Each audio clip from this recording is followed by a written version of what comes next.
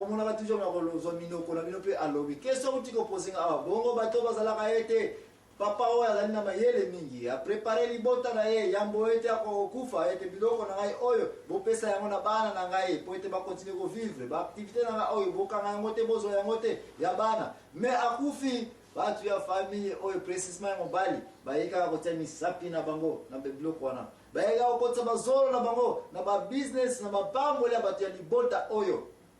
Réponse na ngai ngoyo mais avant la pesa réponse oyo nazayina ko na Bible parce que ngai te mayele na ngai pete mais mayele ya Bible parce que Bible zali mokanda la vérité nazali ko répondre au ser na tout de suite là mais avant tout nazana question ko poser oyebi Abraham ke azali ko vivre dans pays ya ba Hit pays oyo baza ko benga mabele ba ya Kanana n'est-ce pas Nina we konseke na mboka oyo ekoma mabele ya Kanana oyo ekomelaki mabele ya la plupart ya ye Abraham. Est-ce que ça na histoire to lingina salisa yo na place wana? Oui na ntanga ka Bible frère. Donc Abraham azali ko somba ba mabele.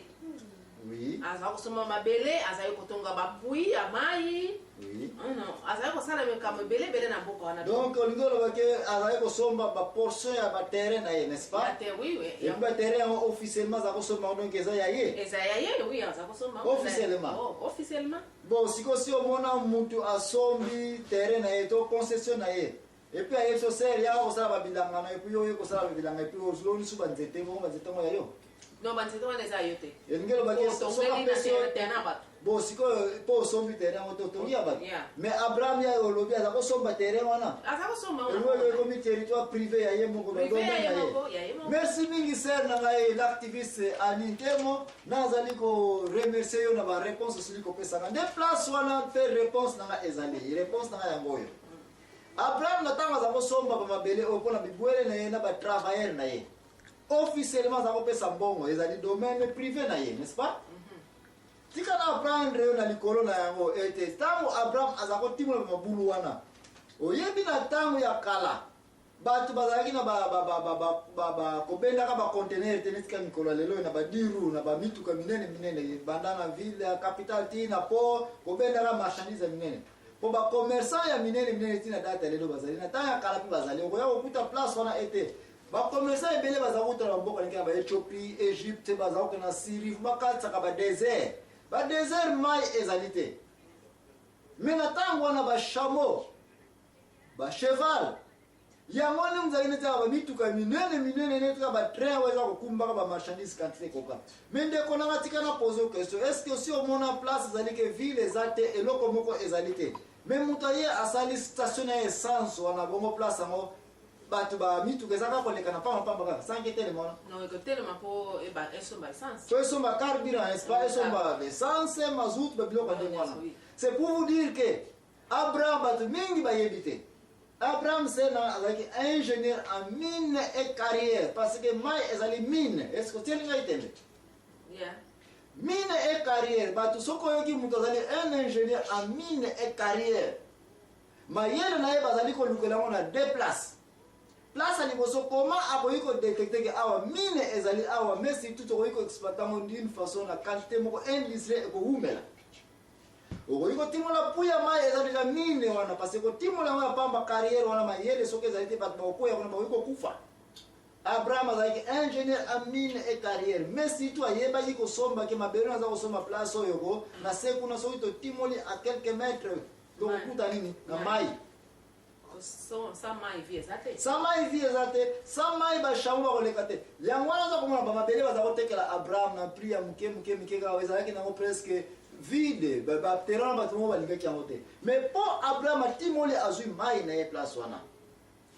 ba shamu nyonso za kouta na Egypte Israël ba kote nyonso na ba Syrie ba Ethiopie soki ba yoke place wana mai ezali ba yoke kuna station essence ezani eza place wana ne ba mituka nyonso bini ba na station essence qui est ba ville nyonso Abraham azako tima mabulu ya mai e koma ki ba centre commercial ya minene a cause ya mai ba koya kotoka mai ba komela mais si tu ba chamo na ba komela et puis ba continuer nini nzela na bango c'est ça qui fait que Abraham azako yokele zuwa kaka na ba station essence na zako sala donc zuwa ngai banda na tama na zuwa depuis ta ya Adam na Abel na Caïn banda kate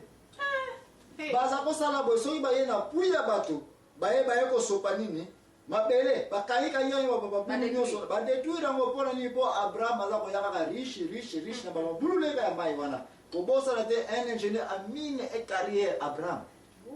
ye kaka moto ayebaka kotimola mabulu ya minene mpe kobenda nini bamai. C'est ce qui fait que ntango baye kobengana abraham kuna bana na ye bankoko na ye bakomi sikoyo na Egypto comme baesclave baza na place ya kokende te baza kosala baégyptien bazofuta bango te nde place wana sikoyo bana Israel baye kodeklare mpa nzambe ke nzambe na pasi ya boye pour 400 ans tovandika na pays oyo nzambe ayokeli bango mawa kasi tanto kozonga ngai l'impresario Joachim Zambwana na korépondre question mama Ani oyo alobaki ete mutu akufi atiki alliance biloko na ngai oyo bana na ngai kaka me akufi bato baye kaka kobotola yango avant na répondre yango na kumbi bino nyonso na kote ya koma Abraham mpe alobaki ete oyo bamabele ya bana na ngai me na ntango Abraham aza kutu vivant nano akufi te babanja kobotola babiloko asoma na mbongo bamabele oyo atimolaka bapri na ye kiye yango peka bapapa mingi lelo akufi nanu te aza na mbeto hôpital bafali bayaija kotia misapi na barichesse na ye na chambre na bakota eja baza koluka ja buku ya lupango ya bana soki nano mona yango te nga namona yango na meso mituka deja bakangi lupango deja encerclé baactivité na ye nyonso ja bayoni kotiatata misapi na baoyo kutu jamais bazalaki kovanda na ye ensemble na ntango azalaki na sante kitoko to ntango azalaki vivant. Mais tant que tu as le presseur Joachim, naïté, mais la bibliquement na répondre pa biloko na pourquoi nzambe alingi biloko ya boyede na koma biso bate buzoba na tsheza kosala ke makamba bo ezali kosala ta na kozonga na ko répondre question na répondre mama Anité ngai le presseur Joachim Zambwana na mama activiste mama Ani azali ko répéter munoko na yo to kozonga awa to kena ko mena moke café na biso. Merci mingi.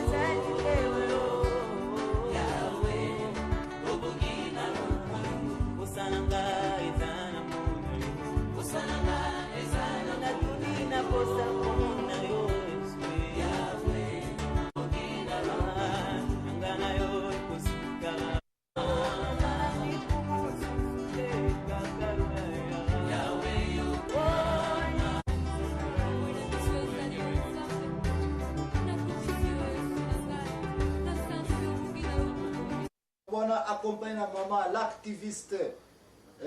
Ani Temo mutu tozali kokoba na émission oyo question nazali nango mama Ani auti ko poser ngai ona na répondre te mais nazali na ko kongola ka ba information na tout autour ya Bible mpoete avant na koma na réponse na ye moko azuli déjà réponse na ye question ezalaki ba papa ebele avant akufa alingi libota na alingi mwasi na ye alingi mwana na ye alobi ete biloko na ngai oyo baaktivité na ngai oyo ndako na ngai oyo mutu kusimba ve ya libota na ngai ki mwasi na ngai na bana na ngai bato pe bayoki famille bayoki mena minute kokita wazaka na mbeto hôpital babika nza kufa na ye bato bazanja kosami sapi na baona biloko nyonso oyo to soka kufi bato babotoli mama na bana bima bana bima et puis bato ba mona biloko mpasi te sinon même que bato bazalaki même ba ennemi na mutu oyo uti kokufa bango oyo baye bazwi biloko yango te question ezalaki alors réponse na ngai na beli yango d'abord na ko rappeler mama ani ete Abraham pe eyelaki ye asomi mababele na mbongo na ye ate bapui na ye nzamba pamboli ye kati na mamele ya ba ut ki e kanana me bato bayokalaki ezwa bato baza kozela akufa baprofite na biloko nyonso oyo ye akufa ki bato baprofitaki na biloko oyo nyonso bato baye kobotela babiloko nyonso oyo me atiaki tya bandako etongamaki kuna bibwele kanja ye kobota kuna bapwine ya mai ezalaki ya koproduire me baye kobenga na ye biloko nyonso oyo bato bamboka bapaya oyo babotoli yango ser na ngai kati na Egypte oyo nasukelaki awa bana Israel siko bakomi konyokola bango na mboka mopaya